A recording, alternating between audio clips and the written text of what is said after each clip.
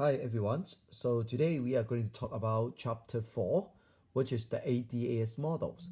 So normally we always ask why we have to develop an ADAS model. So because just like the demand supply diagram in the different markets, so we want to predict something change. How does it affect our real GDP and the general price level? So that's why we try to develop an ADAS models. So try to explain some other factor change in the economy. How does it affect the real GDP and also the price level of the economies? So what do we mean by aggregate demands? So aggregate demand of an economy basically it is the entire purchasing plan, shows the total market value of the real GDP demanded or the real production demanded by, we have four parties that will demand for the local production in the economy, which is the consumers, firms, government, and the foreigners. So they will demand for our market values of the local productions at all general price levels, keeping other factor being constant. Then this whole schedule or the whole curve will be the aggregate demand curve. Basically, it is showing all the real GDP demanded at all the general price levels. Then we call it aggregate demand. And the aggregate demand basically, as we mentioned, that we have four parties that are going to demand for our goods. So that's why the overall aggregate demand means that the overall demand on the local goods production. So that's why we call it aggregate demand.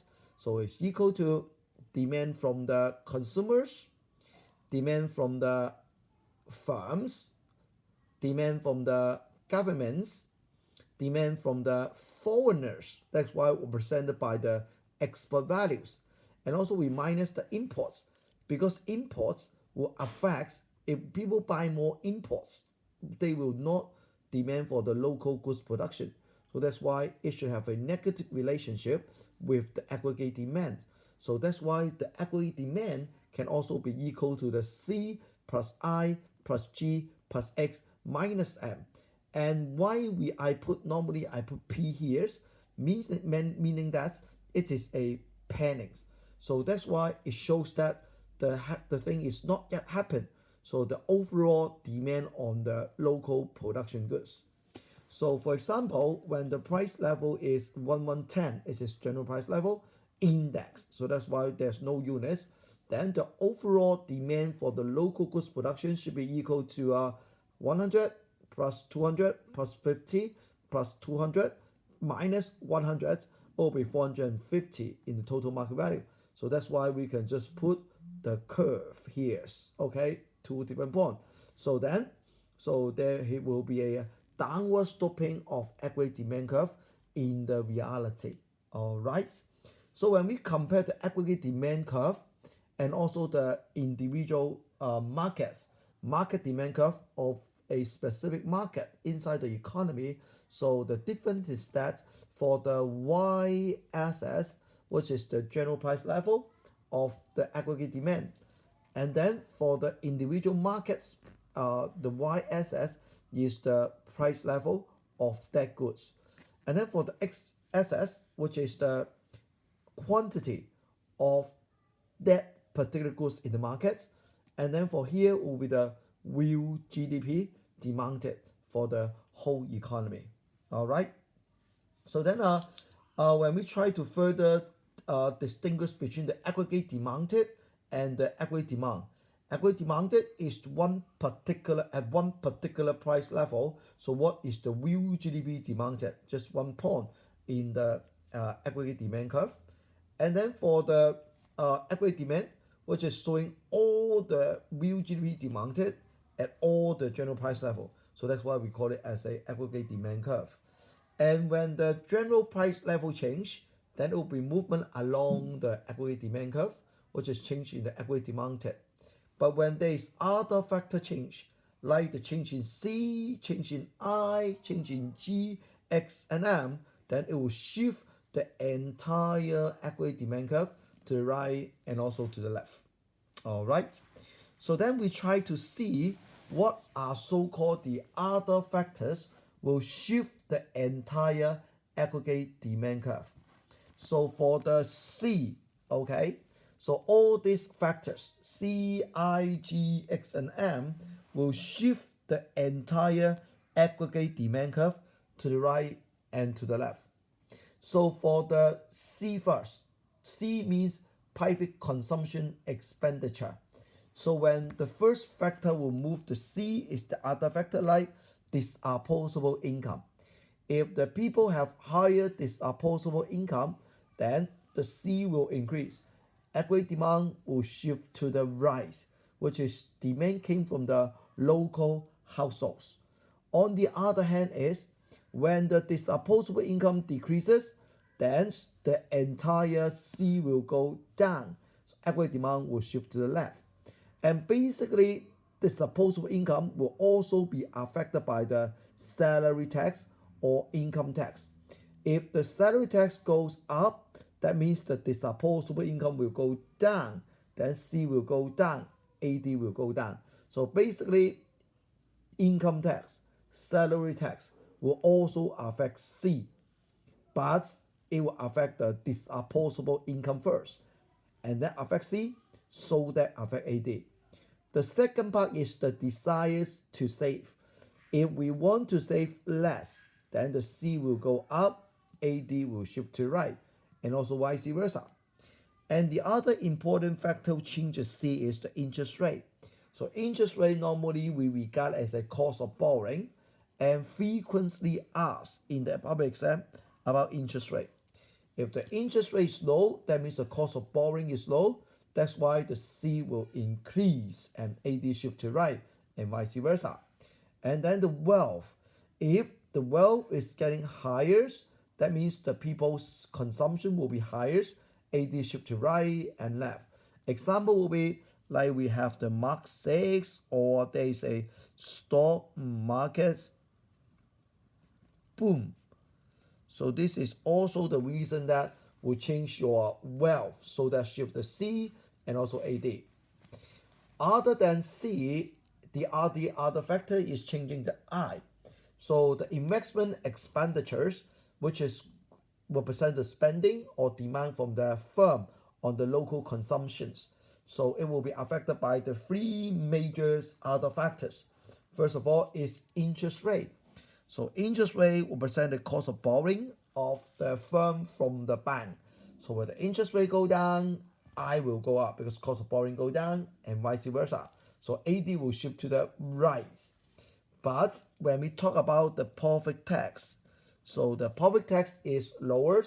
That means the firm have more retained profit. Then I will go up, invest more on the machine, on the capital. So I will go up, AD will increase and vice versa.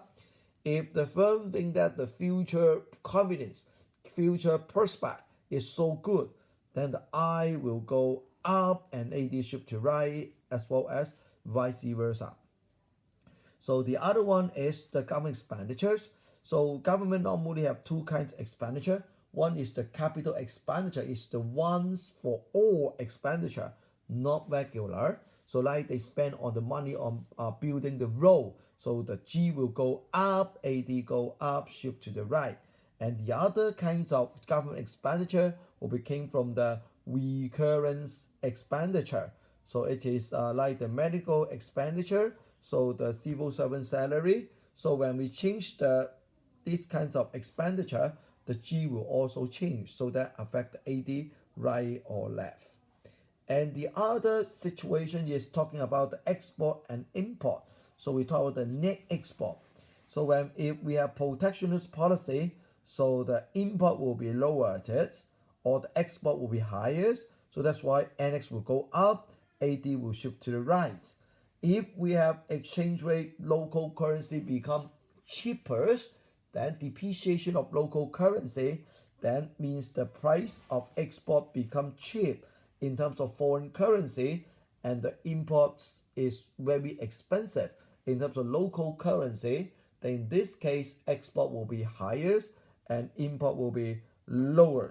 So that's why the overall NX will go up, AD will shift to the right.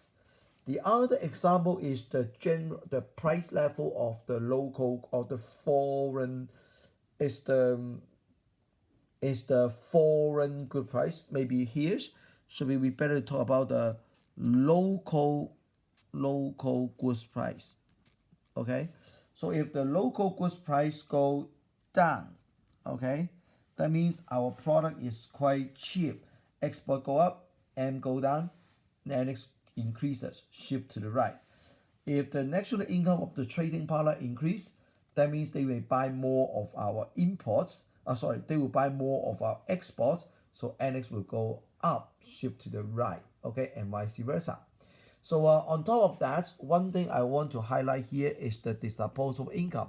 So sometimes it will most likely will affect by the salary tax or income tax, but it also can be affected by the transfer payments. So transfer payment you can just regardless by the government. So basically it's by the government. So example for transfer payment will be unemployment benefits or the CSSA. So in Chinese we call it 中文. So if the government spend more transfer payment to the people, then they have the disposable income increase. So that affects C. And bear in mind, these kinds of transfer payment or the unemployment benefit, they are not G. So please don't just wrongly regard, even though it is the money given out by the government, but they have no production. So that's why just like transfer payment, increase the disposable income of the people, affect the C. But it should not be regarded as the G. Okay? Thank you. So these are all the examples. Okay, so actually you can reverse so that you know how does it affect the aggregate demand of the economy.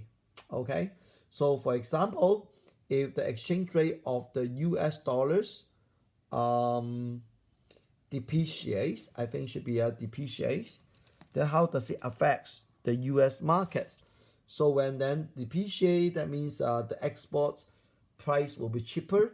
So export will go up, import will go down. So the AD will goes up. When AD goes up, then basically actually we talking about the situation is in USA.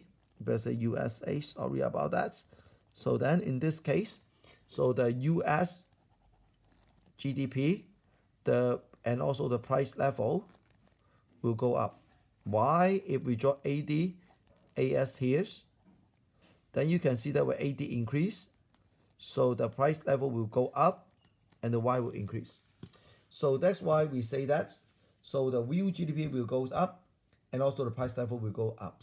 And when the real GDP go up, that means the unemployment, okay, will be going down. All right. So then how about the second ones? So the price level of Japan is cheaper. Then the Japanese people will buy the local goods. So they will not buy Hong Kong export. So Hong Kong export go down, Hong Kong import will go up because they buy more Japanese goods. So the AD will shift to the left. So that's why when AD shift to the left, then you can see that. So the real GDP will go down and also the price level will also go down. Okay. And then the other one is the government will increase the unemployment benefits in Hong Kong. How does it affect Hong Kong? So as I say, it is not the G, it is the increase the disposable income of the people. C go up, AD go up, so that the GDP will go up, price level go up, and then the unemployment will go down, vice versa. So then for the question number example 4 to example 7, it is very easy to understand. Okay, so then you can just copy as in your notebook. But when we look at example 5, interest rate of EU, okay, EU increases. Better to say it is increases. So then the cost of borrowing in EU will be higher. So C and I will go down, AD will go down. So the general price level will go down and the real GDP will fall. So when real GDP fall, unemployment will be highest. And then for the 6 example 6, when the wages in Hong Kong is getting higher, so that means the wealth of the people, income of people getting higher, so C increase, AD increase, GDP and price level goes up, so unemployment will go down because the GDP goes up, so unemployment will go down. So diagram you can just refer to real GDP and price level, AS and then AD. So when AD increases, so price level go up and real GDP go up. So profit tax in China increases. How does it affect China? So then it will affect the I. Okay, I will go down, AD go down, price level and real GDP go down, and unemployment will go up. And then on the other way rounds, you can also look at the example for example 8 to example 10. So all these will affect the other factors of AD, so that AD will move to the right or left correspondingly, and then you will see how does it affect the real GDP and price level, hence the unemployment. So please spend some time, also copy the example of 8 to 10. And in economics, we also have to learn about why the AD curve is downward sloping. For AD curve is downward sloping, we cannot explain by the law of demand. Why? Because law of demand, we're just talking about one particular market situation. For equity demand, is talking about the overall products demanded by the consumer, firm, household, government, and also foreigners. So that's why cannot be measured or explained by just the law of demand. So what can we do is we try to explain about the equity demand by using the wealth effects, interest rate effects, and also the exchange rate effect or international price effect. So for example, when you try to explain the shape of AD, so the first change must be price level. So price level of an economy go down. So when the price level go down, that means the wealth of the household purchasing powers will be higher because the wealth can buy more goods and services. So that's why real purchasing power of wealth will be higher. So people will increase the C, so that increase the aggregate demand TATs and vice versa. So that's why when price level go down, the aggregate demand TAT will go up due to C increases. So that's why it is a downward sloping aggregate demand curve. Another example is the interest rate effects. So when the price level go down, so households spend less in the same consumption, so they will put more money into the bank as saving. So when there's more money in the bank as a saving, then the bank will lower the interest to attract more people to borrow because there's not much money in the bank, nobody borrow. So the investment will be higher and still will be higher because the cost of borrowing, which is interest, is lowered. So the aggregate demand will go up. So and vice versa, explain about that downward sloping aggregate demand. But you may ask why the C and I change. Why don't the shift in the whole demand curve? The reason behind is that why the I and C change is because of price level. So that's why it must be movement along the aggregate demand curve because the original change is the price level. All right. And then next one is about the exchange rate effects or international price effect.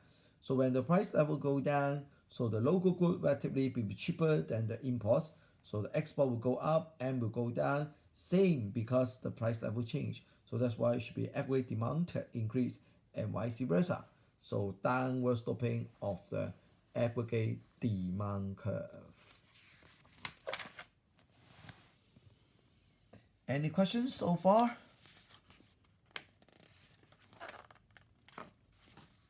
Okay, if no, then next lessons. So we will talk about the aggregate supply. So go home and revise the aggregate demand first, and then tomorrow we will go through the aggregate supply. Thank you.